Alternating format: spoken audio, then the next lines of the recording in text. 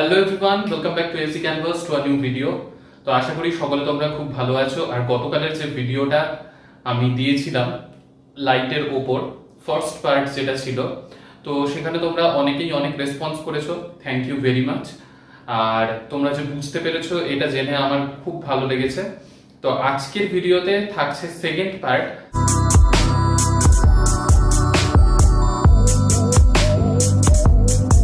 তো গতকালের ভিডিওতে রিফ্লেকশন আমি পড়িয়েছিলাম।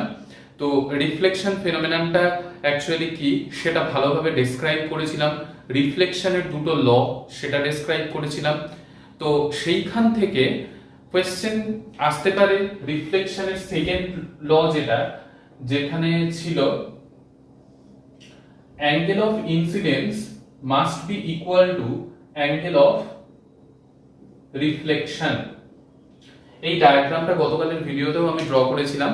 সেইখানে সেকেন্ড ল অফ রিফ্লেকশনে ছিল যে angle of incidence must be equal to angle of reflection. Angle of incidence আর অ্যাঙ্গেল অফ রিফ্লেকশনটা অ্যাকচুয়ালি কি ব্যাপার হচ্ছে, এইটা হচ্ছে নর্মাল আর এটা হচ্ছে point of incidence. Point of incidence বলতে এই যে ইনসিডেন্ট রে, এই লাইনটার ওপর এই অ্যারো দেয়া থাকলে সেটাকেই রে বলা হয়, রে অফ লাইট বলা হয়। গতকালের ভিডিওতে বলেছিলাম। আজকে জাস্ট সেইখান থেকে আমি স্টার্ট করছি। তো এই রে যেই পয়েন্টে ইনসিডেন্ট হলো কোনো সারফেসের ওপর, তো সেই পয়েন্টটার নাম দেয়া হয় পয়েন্ট অফ ইনসিডেন্স। তো সেই পয়েন্ট অফ ইনসিডেন্সে একটা ইমাজিনারি নরমাল আমরা কনসিডার করি। তো সেই নরমালের সাথে ইনসিডেন্ট রে যতটা অ্যাঙ্গেল করে থাকে সেই মাঝখানের অ্যাঙ্গেলটাকে বলা হয় অ্যাঙ্গেল অফ ইনসিডেন্স। আর এই নরমালের সাথে রিফ্লেক্টেড রে after reflection, when ray bounce back this side, then this ray forms an angle with the normal. This angle is known as angle of reflection. তো এই দুটো অ্যাঙ্গেল সবসময় সমান হয়। তো এইখান থেকে কোয়েশ্চেন কিরকম টাইপের এমসিকিউ তে আসতে পারে। এমসিকিউ তে বলে দেয়া থাকতে পারে যে if an incident ray makes an angle 60 degree with the surface, word গুলো খুবই কেয়ারফুলি মাথায় রাখতে হবে বা বুঝতে হবে, তবেই কিন্তু এই টাইপের যদি কোনো কোয়েশ্চেন চলে আসে এমসিকিউ তে তাহলে তোমরা ইজিলি ডিল করতে পারবে। যে কোনো কম্পিটিটিভ এক্সামের জন্যই ভেরি ভেরি ইম্পর্টেন্ট এই লাইট চ্যাপ্টারটা। দেন আমি ইলেকট্রিসিটি চ্যাপ্টারের কথা অনেকে কালকে ডিমান্ড করেছে, ইলেকট্রিসিটি চ্যাপ্টারেরও ভিডিও অবশ্যই দেব, তোমরা দেখতে থাকো।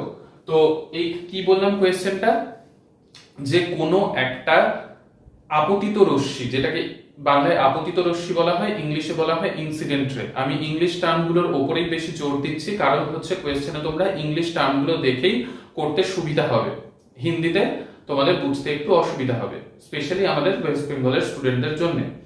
তো ইনসিডেন্ট রে কোনো একটা সারফেসের সাথে যদি 60 ডিগ্রি অ্যাঙ্গেল করে, তাহলে কোয়েশ্চেনে তোমাকে মানে জিজ্ঞাসা করতে পারে যে what is the value of angle of reflection. তাহলে তোমাকে কিন্তু অ্যাঙ্গেল অফ ইনসিডেন্সের ভ্যালু দেয়া নেই।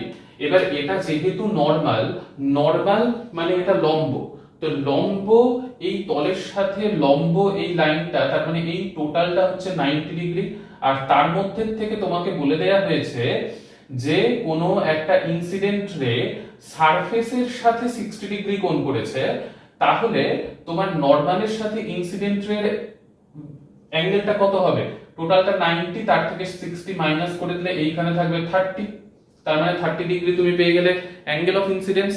and from the conclusion and from the law of reflection we know that the angle of incidence must be equal to angle of reflection. তাহলে সেইখান থেকে আমরা বলতে পারি অ্যাঙ্গেল অফ ইনসিডেন্স যখন 30 ডিগ্রি পেয়ে গেলাম, তাহলে অ্যাঙ্গেল অফ রিফ্লেকশনের ভ্যালুও আমার কি হবে 30 ডিগ্রি। বোঝা গেল? তাহলে এই টাইপের কোয়েশ্চেন যদি আসে, এটাই এই পোরশন থেকে সেকেন্ড ল এর থেকে একটা কোয়েশ্চেন যেটা একটু ঘুরিয়ে দেয়া হয়। ঘুরিয়ে বলতে তোমাকে ইনসিডেন্ট অ্যাঙ্গেল অফ ইনসিডেন্স যেটা ইনসিডেন্ট অ্যাঙ্গেল সেটা বলে দেয়া থাকবে না, বলে দেয়া থাকবে সারফেসের সাথে অ্যাঙ্গেল কত, আর সেইখান থেকে তোমাকে অ্যাঙ্গেল অফ ইনসিডেন্স বের করে অ্যাঙ্গেল অফ রিফ্লেকশনে যেতে হবে। ঠিক আছে। আর এর থেকে যদি সহজ হয় তাহলে তোমাকে অ্যাঙ্গেল অফ ইনসিডেন্স বলে দেওয়া থাকবে আর অ্যাঙ্গেল অফ রিফ্লেকশনের ভ্যালু বের করতে বলতে পারে। ঠিক আছে, তাহলে এই দুটো টাইপের কোয়েশ্চেন এই সেকেন্ড ল অফ রিফ্লেকশন থেকে আসার চান্স থাকে। তো তার জন্য এই পার্টটা আজকে বলে দিলাম। তো এইটা তো গতকালের ভিডিওর এক্সটেনশন। আজকে আমরা এই ভিডিওতে নতুন যেটা পড়ব রিফ্লেকশনারি part, reflection through curved surface. ঠিক আছে, তো এখানে আমরা মিররের কথা পড়বো, কার্ভড মিরর, স্ফেরিক্যাল মিরর। সেই স্ফেরিক্যাল মিররের টপিকই আজকের এই ভিডিওতে ডিটেলসে থাকছে। আজকের এই ভিডিওটা পার্ট 2 লাইটের, তো আরো পার্ট আসবে, তোমরা দেখতে থাকো। এক একটা পার্ট এক এক দিন করে আমি সময় হলেই দিতে থাকবো, আর তোমরা ভালোভাবে নোট ডাউন করবে। আর স্পেশালি আর্টসের স্টুডেন্টদের জন্যই এই ক্লাসটা ডিজাইন করা। সায়েন্সের স্টুডেন্টসরাও দেখতে পারো যারা একটু ভুলে গেছো বা যাই হোক। তো আমি আজকে মেইন টপিক যেটা রিফ্লেকশন থ্রু কার্ভড সারফেস এইখান থেকে স্টার্ট করছি। আচ্ছা, তো এবার দেখো ব্যাপার হচ্ছে, কনসিডার করো একটা স্ফিয়ার। ঠিক আছে, এটা একটা স্ফিয়ার। এবার ধরে নাও এই স্ফিয়ার বরাবর একটা মানে একটা ফুটবলের মতো একটা তোমার সারফেস তুমি নিয়েছো। সেই সারফেসটা গ্লাস দিয়ে তৈরি। ঠিক আছে, সেই সারফেসটা কি দিয়ে তৈরি? গ্লাস দিয়ে তৈরি, মানে কাঁচ দিয়ে তৈরি। এবার তুমি এই পোরশনটা, এই যে স্ফিয়ার, একটা স্ফেরিক্যাল গ্লাস, তুমি সেই গ্লাস থেকে এই পোরশনটাকে তুমি কেটে নিয়েছো। ঠিক আছে, এই পোরশনটাকে কি করলে, এইটুকু পোরশন কেটে নিয়েছো, এই পোরশনটা নেই। তাহলে স্ফিয়ারের থেকে কি গেল? স্ফিয়ারের থেকে এইটুকু পোরশন কাট হয়ে গেল। তুমি এইটুকু পোরশনকে কাট করেছো, তাহলে দেখতে এই স্ফিয়ারটা এইরকম হয়ে যাবে। মানে টোটাল স্ফিয়ারের থেকে তুমি এতটুকু পার্টকে কেটে নিয়েছো, তাহলে এটা এইরকম হয়ে গেল। তো এইরকম পোরশনে তুমি কাটতে পারো। এবার এইখানে একটা জিনিস মাথায় রাখতে হবে, একটা সাইড হয় রিফ্লেক্টিং সারফেস, মানে যেইখান থেকে রিফ্লেকশন হয়, আর আরেকটা সাইডে রিফ্লেকশন হবে না। ঠিক আছে, হ্যাঁ, সেই সাইডটা তোমার কালার করা থাকে, পেইন্ট করা থাকে। মানেটা কি বোঝাচ্ছি, ভালো করে বোঝো। এই সারফেসে মনে করো এই সাইডটা তোমার পেইন্ট করা আছে। ঠিক আছে, পেইন্ট করা আছে, তার মানে কি এই সাইডটা ওপেক, মানে তোমার এই যে এই পোরশনটা, এই কার্ভ পোরশনটা তোমার রিফ্লেক্টিং সারফেস, মানে এইখানে আলো পড়লে আলো রিফ্লেক্ট হবে। আর তার অপোজিট যে সারফেসটা, এইখানে যদি তুমি আলো ফেলো, ঠিক আছে, এইখানে কি, এইটা হচ্ছে পেইন্ট করা। ঠিক আছে, এইটা পেইন্ট করা রয়েছে, আর এইটা স্বচ্ছ, মানে কাঁচের এটা স্বচ্ছ পোরশন, আর কাঁচের অপোজিট সাইডটা তুমি পেইন্ট করে দিয়েছো। তাহলে পেইন্ট করা পোরশনটা আমি বুঝবো কি করে? এরকম দাগ দেয়া থাকবে, এই দাগটা মানে এই সাইডটা পেইন্ট করা রয়েছে, আর এই দিকে দেখো কোনো দাগ দেয়া নেই, তার মানে এই সাইডটা থেকে লাইট যখন এসে পড়বে এই সাইডটার থেকে রিফ্লেক্ট হবে লাইট। ঠিক আছে, তাহলে এই রকম টাইপের হতে পারে এই স্ফিয়ার থেকে যখন তুমি কাটলে। আবার এই স্ফিয়ার থেকেই তুমি কেটে এই রকম একটা পোরশনও ক্রিয়েট করতে পারো, যেখানে এইখানে কি ছিল, যে এই ভেতরের পোরশনটা স্বচ্ছ ছিল, এইখানে পেইন্ট করা ছিল না, এইখানেই রিফ্লেক্ট হচ্ছিল, এটাকেই রিফ্লেক্টিং সারফেস বানিয়েছিলাম, আর অপোজিট পোরশনে পেইন্ট করেছিলাম। এইটাকেই উল্টো যদি করে দিই, ভেতরের পোরশনটাতে পেইন্ট করে দিলাম, ভেতরের পোরশনটা পেইন্ট করা থাকলো, আর বাইরের যে পোরশনটা, বাইরের যে কার্ভটা, এইটা হয়ে গেল এবার রিফ্লেক্টিং সারফেস, মানে এই দিকে লাইট এসে পড়লে লাইট রিফ্লেক্ট হবে। ঠিক আছে, তাহলে এই দুটো টাইপের, দেখো তুমি একটা স্ফিয়ার থেকে কাট করলে একটা পোরশন, কাট করে নিয়ে এক দিকটা পেইন্ট করে দিলে, আর এক দিকটাকে রিফ্লেকশনের জন্য রাখলে। এইখানেও এটা একটা স্ফিয়ারের পার্ট, সেই স্ফিয়ার থেকে তুমি, স্ফিয়ার মানে গোলক থেকে তুমি এইটুকু পোরশনকে কাট করে নিলে, কাঁচের তৈরি, তো কাট করে নেওয়ার পর এই সাইডটাকে পেইন্ট করে দিলে, আর এই সাইডটাকে স্বচ্ছ রাখলে, মানে এইখান থেকে রিফ্লেকশন হবে, এইখানে লাইট এসে ইনসিডেন্ট হলে রিফ্লেকশন হবে। ঠিক আছে, তো এবার এই দুটোই হচ্ছে তাহলে কি, এই দুটোই কার্ভড সারফেস, আর এই দুটো হচ্ছে একটা স্ফিয়ারের পার্ট। ঠিক আছে, তো এই দুটো সারফেসকে, যে স্ফিয়ারের পার্ট, এই দুটোকে আমরা কি বলবো, মিরর, স্ফেরিক্যাল মিরর। মিরর কেন বলছি দেখো, মিরর বলতে আয়না, আয়নাকে বুঝি। আয়নায় সমতল দর্পণ, প্লেন মিরর, প্লেন মিরর, আমি এখানে প্লেন মিররও ড্র করছি, এইটা প্লেন মিরর, এইটা কাঁচ। এবার কাঁচের উল্টো সাইডটা পেইন্ট করা আছে, আর এইখানে তোমার লাইট আসলো, এসে পড়লো, রিফ্লেক্ট হলো, এইটা মনে করো আয়না। তুমি বাড়িতে, এটা আয়না, ঠিক আছে? তুমি বাড়িতে আয়নার সামনে দাঁড়ালে, এইখানে মনে করো আয়নার সামনে তুমি দাঁড়িয়ে আছো, তাহলে তুমি আয়নাতে কি দেখতে পাবে? তুমি আয়নাতে নিজের একটা ইমেজ দেখতে পাবে, প্রতিবিম্ব দেখতে পাবে। তুমি যেরকম দেখতে, তুমি তোমার বাড়িতে আয়নার সামনে যখন দাঁড়াও, তখন তুমি নিজেকেই দেখতে পাও, এমন নয় যে তুমি ভূত দেখতে পাও, ঠিক আছে? তো তুমি যখন, আমি এরকম ভাবে স্টুডেন্টদেরকে পড়াই, তাই এইরকম ভাবেই একটু মজা করেই বলছি। তো তুমি যখন তোমার বাড়িতে আয়নার সামনে দাঁড়াবে, তখন তুমি নিজেকেই দেখতে পাও, তুমি যেরকম দেখতে সেই রকমটাই আয়নায় তুমি দেখতে পাও। এবার একটা জিনিস এইখানে মনে রাখতে হবে, প্লেন মিরর মানে সমতল দর্পণ, যেটা আমরা আয়না হিসেবে বাড়িতে ইউজ করি, সেইখানে কি হয়, সেইখানে তুমি দেখবে আয়নার, তুমি কাছে যাবে, তোমার প্রতিবিম্ব মানে ইমেজ যেটা তৈরি হয় অপোজিট সাইডে, যে ইমেজটাকে তুমি কোনো সময় পর্দাতে নিতে পারবে না। কোনো একটা পর্দায় তুমি ভাবলে যে একটা পর্দায় তুমি তোমার প্রতিবিম্বটাকে নেবে, কিন্তু সেটা সম্ভব নয়। সমতল দর্পণে তুমি যখন নিজেকে দেখছো, মানে বাড়ির আয়নায় নিজেকে দেখছো, সেইটাকে কোনো পর্দায় নিতে পারবে না। সেটা কি দর্পণের অপোজিট সাইডে ক্রিয়েট হচ্ছে, কিন্তু কোনো পর্দায় নেওয়া যাবে না। এবার লক্ষ্য করবে, তুমি দর্পণ থেকে যত দূরে সরে যাবে, দেখবে তোমার প্রতিবিম্বও সেই রকম উল্টো দিকে দূরে সরে যাচ্ছে। তুমি দর্পণের, সমতল দর্পণের কাছে আসবে, তোমার প্রতিবিম্বও সমতল দর্পণের কাছে আসবে। তার মানেটা কি হলো, এইখানে দর্পণ থেকে তোমার দূরত্ব, তুমি এখানে দর্পণের কাছে বস্তু হিসেবে কাজ করবে, তো দর্পণ থেকে তোমার দূরত্ব যা, দর্পণ থেকে প্রতিবিম্বরও দূরত্ব সেই একই হবে। আর এই যে আরেকটা কথা বললাম, যে তোমার যে প্রতিবিম্ব ইমেজ ফর্ম হচ্ছে সমতল দর্পণে, সেই প্রতিবিম্বকে তুমি পর্দায় নিতে পারবে না। তাহলে পর্দায় নিতে পারবে না, এইখান থেকে একটা খুবই ইম্পর্টেন্ট জিনিস চলে আসবে, সেই টপিকটা আমি এখানেই বলে দিচ্ছি, যে প্রতিবিম্ব দুই রকম হয়, ঠিক আছে? একটা হচ্ছে সৎ, একটা হচ্ছে অসৎ। ইংলিশ টার্মটা ভেরি ভেরি ইম্পর্টেন্ট, মনে রাখতেই হবে। একটা হচ্ছে রিয়াল ইমেজ, একটা হচ্ছে ভার্চুয়াল ইমেজ, ঠিক আছে? তো রিয়াল ইমেজ আর ভার্চুয়াল ইমেজ, এই দুটো ইমেজের মধ্যে পার্থক্য হচ্ছে, এই যে আমি বললাম সমতল দর্পণে তুমি তোমার প্রতিবিম্ব যখন দেখতে পাচ্ছ, তুমি তোমার প্রতিবিম্বটাকে ইচ্ছা করলে কোনো পর্দার ওপর নিতে পারবে না। সেই প্রতিবিম্বটা দর্পণের অপোজিট সাইডে তৈরি হলো, সেই প্রতিবিম্বকে তুমি টাচও করতে পারবে না, যে গিয়ে তুমি পর্দায় যদি তোমার প্রতিবিম্বটা তৈরি হতো, তুমি গিয়ে টাচ করতে পারতে। তো এই হচ্ছে ব্যাপার। তো পর্দায় যদি কোনো বস্তুর প্রতিবিম্ব না নেওয়া যায়, এই ধরনের প্রতিবিম্বকে বলা হয় অসৎ বিম্ব বা ভার্চুয়াল ইমেজ। ভার্চুয়াল ইমেজ তার মানে সমতল দর্পণে মনে রাখতে হবে, যে প্রতিবিম্ব গঠিত হয় সেটা ভার্চুয়াল ইমেজ হয়, ঠিক আছে? পর্দায় নেওয়া যায় না। খুব সহজভাবে বললাম, পর্দায় না নেওয়া যায় যদি কোনো প্রতিবিম্ব, সেই প্রতিবিম্ব হয় কি অসৎ, মানে ভার্চুয়াল ইমেজ, ঠিক আছে?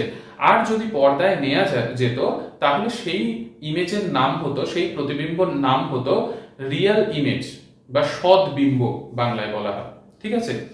তাহলে দুটো জিনিস এইখান থেকে আরো আমরা পেলাম, যে ইমেজ দুটো টাইপের হয়, একটা হচ্ছে রিয়েল ইমেজ, একটা হচ্ছে ভার্চুয়াল ইমেজ। রিয়েল ইমেজ কি? রিয়েল ইমেজ পর্দায় নেওয়া যাবে, ভার্চুয়াল ইমেজ পর্দায় নেওয়া যাবে না। আরেকটা পয়েন্ট এইখান থেকে মাথায় রাখতে পারো, যে সমতল দর্পণের সামনে তুমি যখন দাঁড়ালে, তখন তুমি যে তোমার প্রতিবিম্বটাকে দেখতে পাচ্ছ, তো তুমি সোজা দাঁড়িয়ে আছো, তোমার প্রতিবিম্ব সোজাই দাঁড়িয়ে থাকবে। তুমি যদি এখন শীর্ষাসন করে করো, উল্টে যাও, তোমার প্রতিবিম্ব উল্টে যাবে। মানে তুমি যেই রকম আয়নার সামনে দাঁড়াচ্ছ, তুমি সেই রকমই প্রতিবিম্ব দেখতে পাচ্ছ।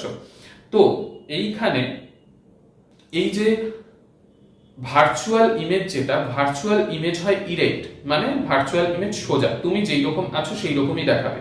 আর রিয়াল ইমেজ যেটা, ঠিক আছে, রিয়াল ইমেজের ক্ষেত্রে কি হয়, রিয়াল ইমেজ উল্টে যায়, মানে যেটাকে পর্দায় নেবে সেই পর্দায় নেওয়া ইমেজটা উল্টে যাবে। সেগুলো আমরা ধীরে ধীরে আসছি, ইমেজ ফরমেশন বলে পয়েন্টটাতে ক্লিয়ার করব ব্যাপারটা। তো ইমেজ দুটো টাইপের হয়, এইখান থেকে এইটুকু আশা করি তোমরা বুঝে গেলে, ঠিক আছে। এবার কোন ইমেজকে রিয়াল বলবো, কোন ইমেজকে ভার্চুয়াল বলবো, সেটাও তোমাদের আইডিয়া একটু দিয়ে দিলাম। এবার চলে আসি আবার প্লেন মিররের কথা থেকে আমরা স্ফেরিক্যাল মিররে। এই যে এই দুটো মানে এইটা একটা স্ফিয়ারের পার্ট, এটাও একটা স্ফিয়ারের পার্ট, তার জন্য এই মিররগুলোর নাম দেওয়া হয়েছে স্ফেরিক্যাল মিরর। মিরর কেন? কারণ এইখানে তুমি ইমেজ ফর্ম করতে পারবে, ইমেজ দেখতে পাবে, প্রতিবিম্ব দেখতে পাবে কোনো বস্তুর, তার জন্য এইগুলোর নাম হচ্ছে মিরর, আয়না। এবার দেখো এই দুটোর আলাদা আলাদা নাম রয়েছে। এই মিররটার নাম হচ্ছে কনকেভ। খুব ভালোভাবে কিন্তু এই নামগুলো মনে রাখতে হবে, আর ইংলিশেরটাই ভালোভাবে মনে রাখাটা তোমাদের সুবিধাজনক হবে, তাই ইংলিশেই আমি বারবার করে বলছি। বাংলায় যদি হয় এটাকে উত্তল দর্পণ আর অবতল দর্পণ বলা হয়, ঠিক আছে। কনভেক্স মিরর উত্তল দর্পণ, কনকেভ মিরর অবতল দর্পণ, ঠিক আছে। কিন্তু আমি ইংলিশটাকেই বারবার ইউজ করব। দেখো কনকেভ মিরর মনে রাখার সুবিধা কি, দেখো এইখানে রিফ্লেক্টিং সারফেস কোনটা, এই ভেতরের এইটা রিফ্লেক্টিং সারফেস, রিফ্লেক্টিং সারফেস ভালোভাবে বুঝবে কিন্তু, আর না বুঝতে পারলে অবশ্যই কমেন্টে আমাকে জানাবে যে এই পয়েন্টটা, এই জায়গাটা বুঝতে অসুবিধা হয়েছে, আর যদি বুঝতে পারো সেটাও জানাবে, তাহলে আমার কমেন্ট দেখে খুব ভালো লাগবে যে তোমরা বুঝতে পারছো আমার প্রত্যেকটা কথা। তো এইখানে রিফ্লেক্টিং সারফেস এই ভেতরের পার্টটা, দেখো এই ভেতরেরটা সি এর মতো হয়ে যাচ্ছে না, সি, ঠিক আছে, সি। তো কে, তো এই টাইপের ভেতরের দিকে রিফ্লেক্টিং সারফেস যদি হয়, ইনওয়ার্ড যদি পোরশনটা রিফ্লেক্টিং সারফেস হয়, সি এর মতো পোরশনে রিফ্লেকশন যদি হয়, সেই মিররটার নাম দেবো আমরা কনকেভ। সি এর মতো তাই কেভ, কনকেভ। বাকি রইল যেটা আউটওয়ার্ড সারফেস যদি রিফ্লেক্টিং সারফেস হয়, এই যে এখানে দেখো আউটওয়ার্ড সারফেসটা স্বচ্ছ, আউটওয়ার্ড সারফেসটা রিফ্লেক্টিং সারফেস, আর ইনওয়ার্ড সারফেসটাতে পেইন্ট করা হয়েছে। তাহলে আউটার সারফেসটা যদি রিফ্লেক্টিং হয়, তাহলে এই সারফেস অনুযায়ী এই মিররটার নাম আমরা দেব কনভেক্স। বোঝা গেল? তাহলে কনকেভ মিরর, মিরর এটা কি কনকেভ মিরর, আর এটা কি কনভেক্স মিরর, আয়না, দর্পণ, উত্তল দর্পণ, অবতল দর্পণ।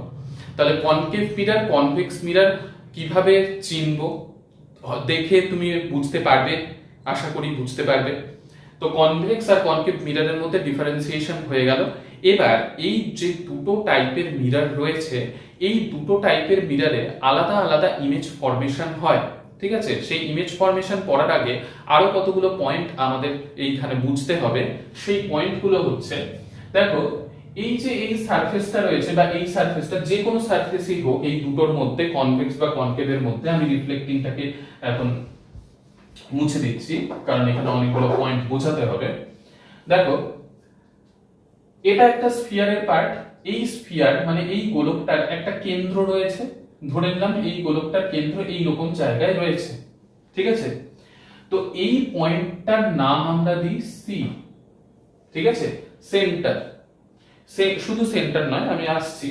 তো এই স্ফিয়ারের সেন্টার এটা, এই পয়েন্টটার নাম দিলাম সি।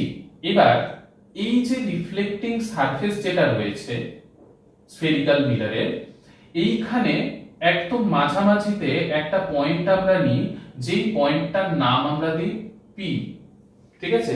এবার এগুলোর ফুল ফর্ম কি আমি বলছি। এই সি পয়েন্টটার নাম হচ্ছে সেন্টার অফ কার্ভেচার। ভালোভাবে আরেকবার বলে দিচ্ছি, সি পয়েন্টটার নাম যেটা সেন্টার স্ফিয়ারের, সেই পয়েন্টটাকে বলা হয় সেন্টার অফ কার্ভেচার। এই কার্ভ পোরশনের সেন্টার, সেন্টার অফ কার্ভেচার। আর পি যে পয়েন্টটা এই যে মিররের একদম মিডল পোরশনে রয়েছে, সেই পয়েন্টটাকে আমরা বলবো পোল, ঠিক আছে। তাহলে সি মানে সেন্টার অফ কার্ভেচার, পি মানে পোল।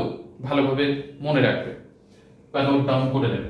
এবার দেখো পোল আর সেন্টার অফ কার্ভেচারের মাঝখানে আমি যদি একটা লাইন ড্র করে দিই, মানে পোল আর সেন্টার অফ কার্ভেচার এই দুটো পয়েন্টকে জয়েন করে একটা যদি স্ট্রেট লাইন ড্র করে দিই, সেই লাইনটার নাম হবে প্রিন্সিপাল অ্যাক্সিস। কি? প্রধান অক্ষ বাংলায় বলা হয়, আর ইংলিশে বলা হয় প্রিন্সিপাল অ্যাক্সিস। ঠিক আছে, তাহলে কি কি পেলে? একদম কেন্দ্র যেটা, সেইটাকে বলা হচ্ছে সেন্টার অফ কার্ভেচার। পি পয়েন্টটার নাম হচ্ছে পোল, আর পোল আর সেন্টার অফ কার্ভেচার এই দুটো পয়েন্টকে জয়েন করে একটা স্ট্রেট লাইন যখন আমি অঙ্কন করছি, সেটার নাম হচ্ছে প্রধান অক্ষ বা ইংলিশে প্রিন্সিপাল অ্যাক্সিস। আশা করি বুঝলে। এবার এইখানে অ্যাপারচার বলে একটা পয়েন্ট রয়েছে, মানে একটা জিনিস রয়েছে। অ্যাপারচার বলতে অ্যাকচুয়ালি কি? অ্যাপারচার মানে হচ্ছে এই যে রিফ্লেক্টিং পোর্শনটা রয়েছে, এই রিফ্লেক্টিং পোর্শনে আলো পড়তে পারবে, এর বাইরে যদি আলো পড়ে তাহলে রিফ্লেকশন হবে না। তো যতটুকু পোর্শনে আলো পড়ছে সেই পোর্শনটা, মানে সেই এরিয়াটা, এইটার নাম হচ্ছে অ্যাপারচার। এটা যদি আরো বড় হতো অ্যাপারচার আরো বেশি হতো। এটা এইটুকু আছে অ্যাপারচার এতটা, এর যদি সাইজ আরো কমে যেত মিররের, তাহলে অ্যাপারচার আরো কমে যেত। মানে যতটা পোর্শনে লাইট এসে পড়ছে সেই এরিয়াটার নাম হচ্ছে কি? অ্যাপারচার। বোঝা গেল? তাহলে প্রত্যেকটা পয়েন্ট আশা করি বুঝতে পারছো। এইরকমই এইখানেও হবে। এইখানেও এই মিররের একদম মাঝখানের পয়েন্টের নাম দেব পি, মানে পোল। দেখো এই স্ফিয়ারটা এই দিকে রয়েছে, এইটা একটু কমিয়ে দিচ্ছি। এই স্ফিয়ারটা এই দিকে রয়েছে, ধরো এইখানে এই স্ফিয়ারের সেন্টার রয়েছে, তাহলে এইখানে হয়ে যাবে সি। আর সি আর পি এই দুটোকে জয়েন করে দিলে যে লাইনটা পাওয়া যায়, সেই লাইনটার নাম কি? সেই লাইনটার নাম প্রিন্সিপাল অ্যাক্সিস বা প্রধান অক্ষ। তাহলে দুটোকে আমি একই সাথে কিন্তু বুঝিয়ে দিলাম। আশা করি বুঝতে পারলে। এবার সেন্টার অফ কার্ভেচার থেকে পি পর্যন্ত এই যে ডিসটেন্সটা, এর জন্যই হোক বা এর জন্যই হোক, এই ডিসটেন্সটাকে আমরা বলি ক্যাপিটাল আর দিয়ে ডিনোট করা হয়, আর এই ডিসটেন্সটার নাম দেয়া হয় রেডিয়াস অফ কার্ভেচার। সি মানে যেমন সেন্টার অফ কার্ভেচার ছিল, পি মানে পোল ছিল, ক্যাপিটাল আর এই ডিসটেন্সটা, মানে এই যে ব্যাসার্ধ বা রেডিয়াস যেটাকে বলি, এইটার নাম হচ্ছে রেডিয়াস অফ কার্ভেচার। আশা করি বোঝাতে পারলাম এই ব্যাপারটাও, যে radius of curvature capital R হলো। এবার এইখান থেকে ফোকাস বলে একটা পয়েন্ট আসে। ফোকাস পয়েন্টটা কি সেটাও বলি। দেখো এইখানে সমান্তরাল রশ্মি যদি এই কনকেভ সারফেসে এসে পড়ে, সমান্তরাল রশ্মি এসে পড়ার পর সেই রশ্মিটা এইখান দিয়ে একটা পয়েন্টের উপর দিয়ে চলে যায়, হলো। এটা কার জন্য? কনকেভ মিররের জন্য। একই রকম ভাবে প্রধান অক্ষের সমান্তরাল ভাবে যদি কনভেক্স মিররেও কোনো রে এসে পড়ে, রে অফ লাইট এসে পড়ে, তার ক্ষেত্রেও কি হয়? তার ক্ষেত্রেও এই ক্ষেত্রে লাইট এরকম ভাবে রিফ্লেক্ট হয়ে বেরিয়ে যায়। ঠিক আছে, তাহলে এখানে ফোকাস কোথায় পাবো? এই যে লাইনটা রিফ্লেক্ট হয়ে বেরিয়ে গেল, এটাকে এক্সটেন্ড যদি আমি করি, এক্সটেন্ড করলে একটা পয়েন্ট পাওয়া যায়। এই পয়েন্ট থেকে রেটা আসছে বলে মনে হয়, মানে রেটা রিফ্লেক্ট হয়ে বেরিয়ে যাচ্ছে বলে মনে হয় এই পয়েন্ট থেকে। যেমন এইখানে কি ছিল? কনকেভ মিররের ক্ষেত্রে ভালোভাবে বুঝবে এই জায়গাটা।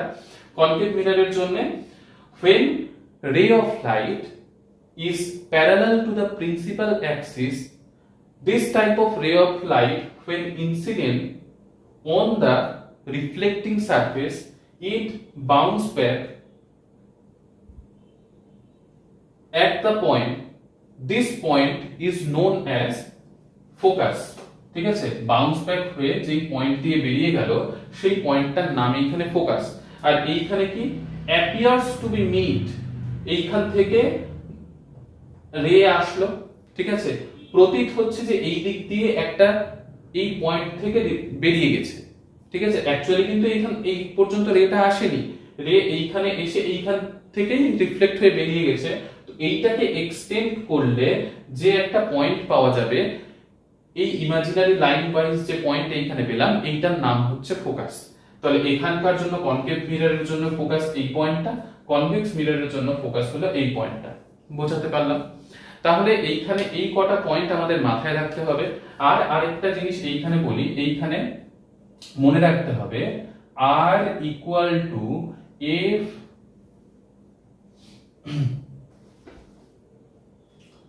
r ইকুয়াল টু 2f,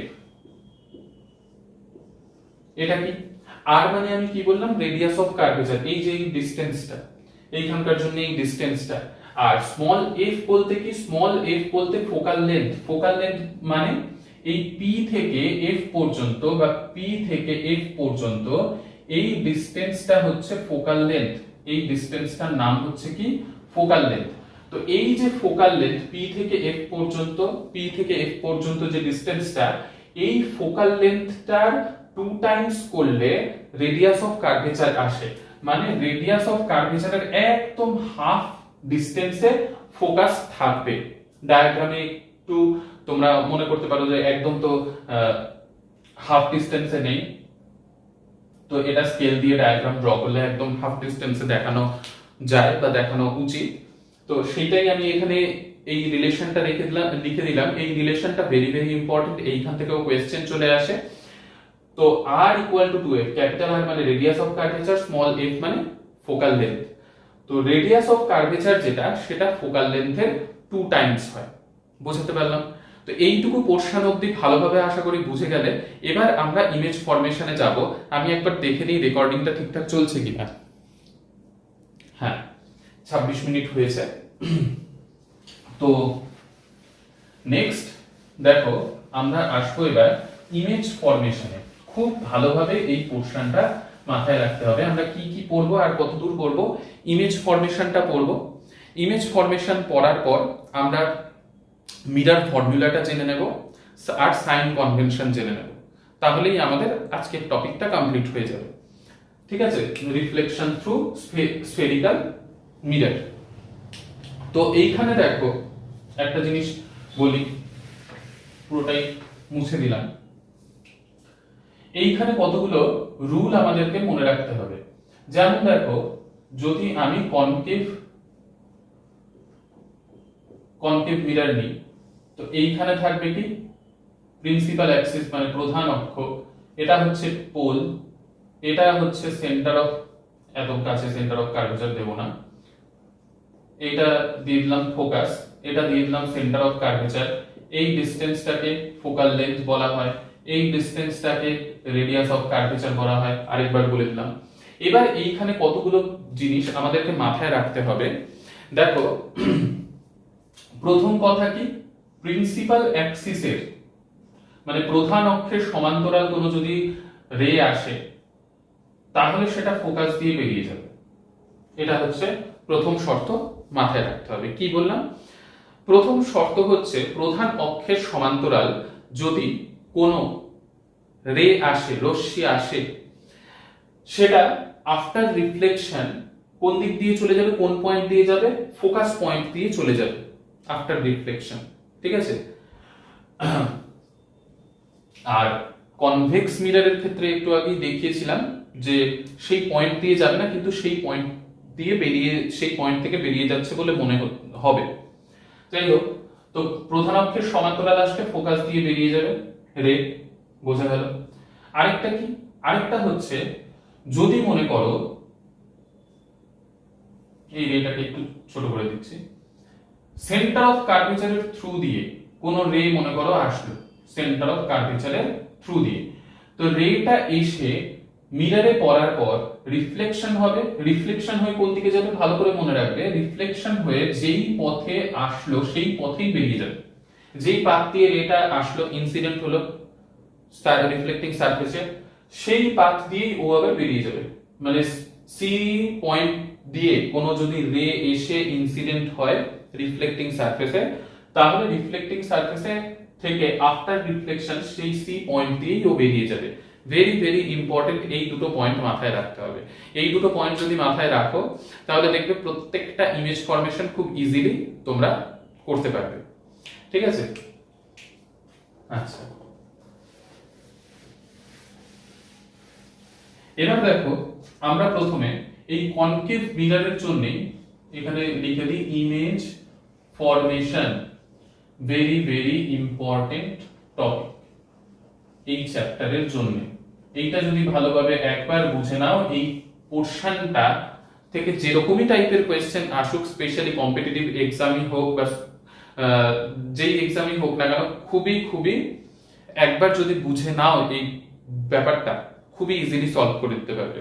কি দেখো, প্রথমে আমরা কনকেভ কনকেভ মিররের জন্য এই ব্যাপারটা বুঝবো।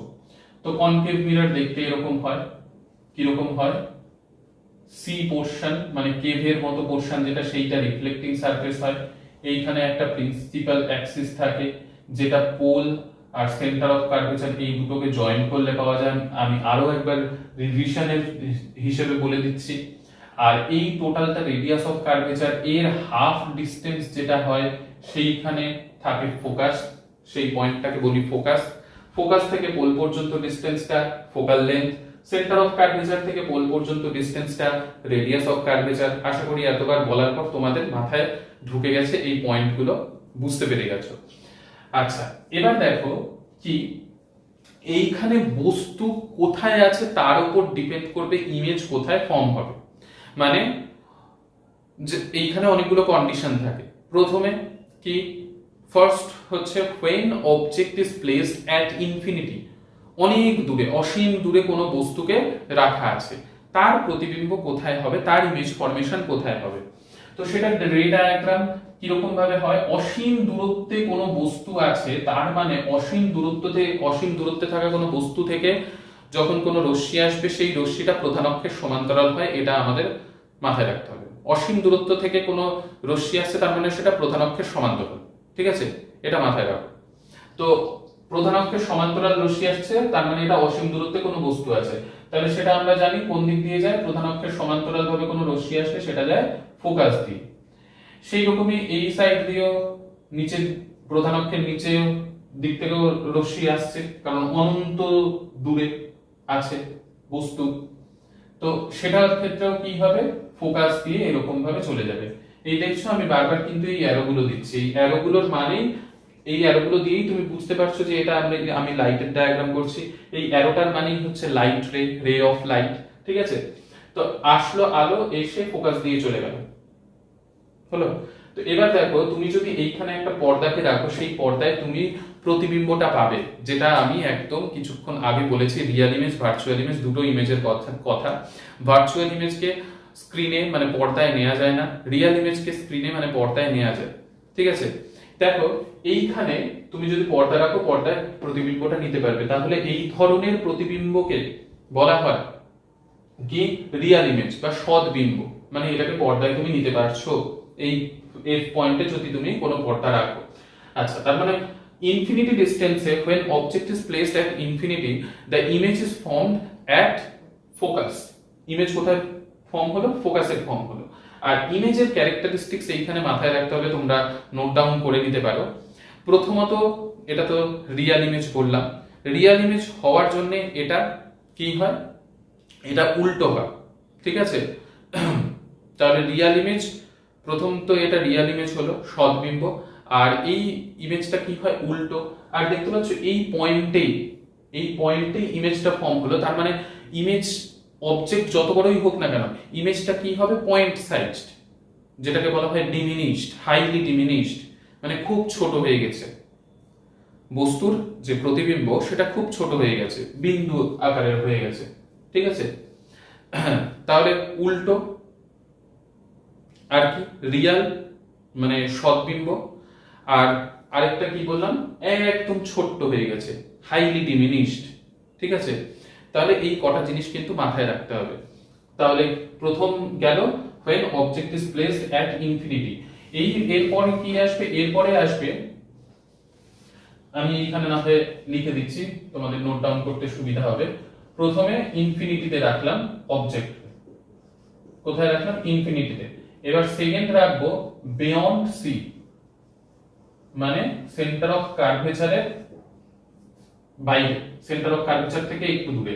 তো এইখানে যদি কোনো অবজেক্ট রাখি সেইখান থেকে রে গেল, রে যাওয়ার পর প্যারালাল টু প্রিন্সিপাল অ্যাক্সিস, যেহেতু তার জন্য সেটা প্যারালাল টু প্রিন্সিপাল অ্যাক্সিসে যখনই কোনো রে আসে তখনই সেটা কোন দিক দিয়ে যায়, সেটা ফোকাস দিয়ে বেরিয়ে যায়। আর আরেকটা কি হবে, আরেকটা হবে সেন্টার অফ কার্ভেচার দিয়ে যাবে, যাওয়ার পর সেটাই পাথে আবার রিফ্লেক্ট ব্যাক করে যাবে। তো এর জন্য এইখানে এই দুটো রেজ এইখানে মিট করলো, দেখো এই দিক দিয়ে রিফ্লেক্ট করেছে, এই দিক দিয়ে রিফ্লেক্ট করেছে, যেই পয়েন্টে এই দুটো রে মিট করলো সেই পয়েন্টেই আমার কি হলো, উল্টো প্রতিবিম্ব দেখো উল্টে গেল, বস্তুটা সোজা ছিল, প্রতিবিম্বটা উল্টে গেল। ঠিক আছে, তাহলে বিয়ন্ড সিতে রাখলে উল্টে গেল। এবার দেখো এইখানে একটা মনে রাখার সুবিধার ট্রিক আমি পরে বলছি। তো প্রথমে ইনফিনিটিতে যখন ছিল তখন এফ এস হচ্ছিল আমার কি ইমেজটা, তারপরে কোথায় হলো ইমেজটা, তারপরে বিয়ন্ড সিতে যখন রাখলাম ইমেজটা হলো এফ আর সি এর মাঝখানে। এরপরে আবার আমি কি করব, এরপরে নেক্সট যেটা আসবে সেটা হবে অ্যাট সি, অ্যাট সি। তো অ্যাট সি এইখানে যদি সেন্টার অফ কার্ভেচার এখানে যদি ফোকাস নিই, তো অ্যাট সি তে যদি আমি অবজেক্ট রাখি, তো এইখান থেকে গেল রে, ফোকাস দিয়ে বেরিয়ে যাবে প্যারালাল টু প্রিন্সিপাল অ্যাক্সিস হওয়ার জন্য। আর এইখানে আরেকটা জিনিস কি হয়, ফোকাস দিয়ে একটা রে যদি যায় তাহলে সেটা প্যারালাল টু প্রিন্সিপাল অ্যাক্সিস বেরিয়ে যায়। এইখানে কি হয়, এইখানে এই পয়েন্টেই আমার ইমেজটা তৈরি হয়। এইখানে মনে রাখতে হবে অ্যাট সি, এই পজিশনটা খুবই ইম্পর্টেন্ট। অ্যাট সি পয়েন্টে অবজেক্ট যখন রাখবো ইমেজটাও অ্যাট সি পয়েন্টেই হবে, শুধু উল্টো ইমেজ তৈরি হবে। এই যে উল্টো উল্টো প্রত্যেকটা ইমেজ হচ্ছে, প্রত্যেকটার ক্ষেত্রে কিন্তু এগুলো সদ্বিম্ব, মানে এগুলোকে পর্দায় নিয়ে যাবে, এগুলো রিয়েল ইমেজ। ঠিক আছে, এবার অ্যাট সি এর পর নেক্সট আসবে বিটুইন সি এন্ড এফ, মানে সি আর এফ এর মাঝখানে আমি এরপরে অবজেক্টকে রাখবো। বুঝতে পারছো, ধীরে ধীরে অবজেক্ট কিন্তু সামনের দিকে এগিয়ে আসছে। এইখানে এফ, এইখানে সি, এইখানে ধরে নাও কোনো অবজেক্ট রাখলাম। অবজেক্ট রাখার পর প্রথম কি, প্রথম হচ্ছে প্যারালাল টু প্রিন্সিপাল অ্যাক্সিস কোনো রে যখন গেল সেটা ফোকাস দিয়ে বেরিয়ে গেল হলো। আর আরেকটা এইখানে কি ড্র করতে পারো, সেন্টার অফ কার্ভেচারের থ্রু দিয়ে তুমি রেকে নিয়ে যেতে পারো, তাহলে ইজি হবে। কি, সেন্টার অফ কার্ভেচারের থ্রু দিয়ে যখনই কোনো রে যায় সেটার কি হয়, সেটা ওই পাথেই রিফ্লেক্ট হয়ে চলে আসে। এই পাথে গেলে এই পাথেই রিফ্লেক্ট হয়ে বেরিয়ে চলে আসলো। তো এইখানকার ইমেজ দেখো উল্টো হলো, এটাও রিয়েল ইমেজ আর এটাও দেখো উল্টো হয়েছে। ঠিক আছে, তো বিটুইন সি এন্ড এফ হলো। এবার বিটুইন সি এন্ড এফ এর পর নেক্সট হচ্ছে at F, at F, F C. At F এ কোনো অবজেক্ট যদি রাখি সেই ক্ষেত্রে কি হবে, সেই ক্ষেত্রে এই অবজেক্টে প্যারালাল টু প্রিন্সিপাল অ্যাক্সিস যাবে, যাওয়ার পর সেটা এফ দিয়ে চলে যাবে। আরেকটা কি হবে, আরেকটা এই সেন্টার অফ কার্ভেচারের থ্রু দিয়ে এইরকম, সেন্টার অফ কার্ভেচারের থ্রু দিয়ে এরকম যাবে। তো ওইটা কি হবে, যেই পাথে যাবে সেই পাথেই রিফ্লেক্ট ব্যাক করে আসবে। এই দুটো রে সমান্তরাল হয়ে যাবে। সমান্তরাল হওয়ার জন্য এর ইমেজটা কি হবে, ইনফিনিটিতে হবে। ঠিক আছে, তাহলে অ্যাট এফ এ যখন রাখলাম তখন ইমেজ কোথায় হলো, ইনফিনিটিতে, অ্যাট এফ এ যখন রাখলাম। ঠিক আছে, আর 5 নম্বর হচ্ছে between F and P, F আর পি এর মাঝখানে যখন রাখবো সেটা ভেরি ভেরি ইম্পর্টেন্ট এখানকার জন্য।